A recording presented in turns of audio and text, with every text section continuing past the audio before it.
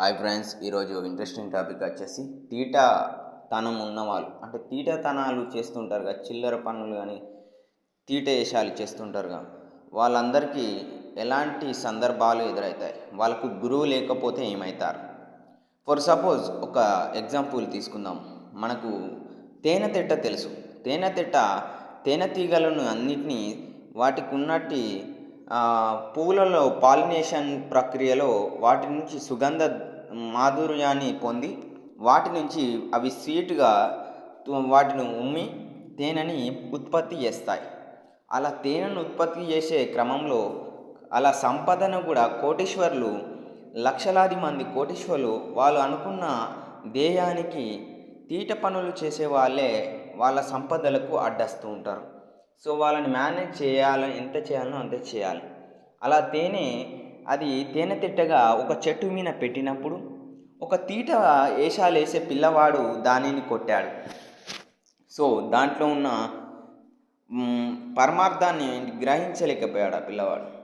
అలా తేనెతిట్టని కొట్టడం వల్ల ఆ తేనెటీగలన్నీ ఆ వ్యక్తిని పగబట్టి అతన్ని చంపేశాయి. సో దీన్ని బట్టి మనకు అర్థమైంది ఏంటిదంటే తేనెటీగలు ఎంత ప్రమాదకరమైనయో తెలుసుకోవచ్చు. సో అతను లైట్గా కొట్టి తప్పించుకుంటే పర్వాలేదు, కానీ దాన్ని నాకన్నా గొప్పనా అని చూపించే గొప్ప అంతాలకు పోయి ఆ తేనెతిట్టుని కొట్టాడు. దాంతో తేనెటీగలు అన్నీ కలిసి వాళ్ళతో ఉన్న స్నేహితులను కూడా వెంటడ పట్టి అవి వేధించాయి.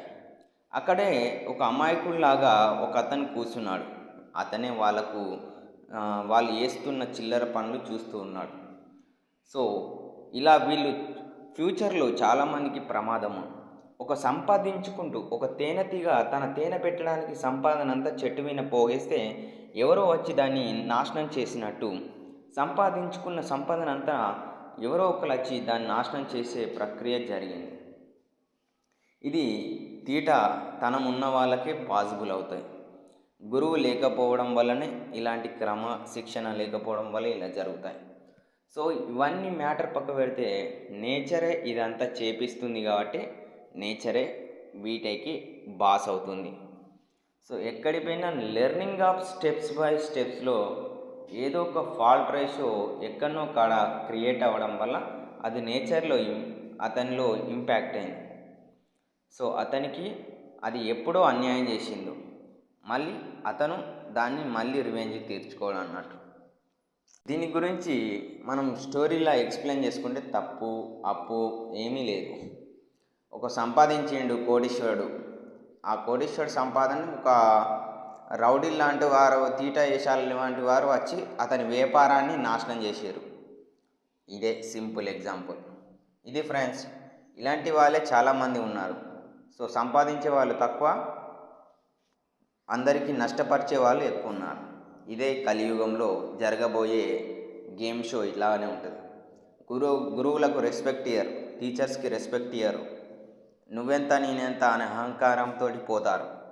కలియుగంలో జరగబోయేది ఒక తేనెతిట్టకు జరిగినట్టు అవమానమే కలియుగంలో అందరికీ జరగబోతుంది. సంపాదించిన సంపాదని కాపాడుకోలేకపోవడం, దాన్ని కాపాడిన ఎవరో ఒక తీట వ్యక్తి వచ్చి దానిని ఒక బండరాయి పట్టుకొని తేనెతిట్టని కొట్టడం, ఇలాగనే చేస్తూ ఉంటారు. ఇది ఫ్రెండ్స్ స్టోరీ. కలియుగం ఇలాగనే స్టార్ట్ అవుతుంది. ఘోర కలియుగం ప్రారంభ దశ 2025 నుంచి స్టార్ట్.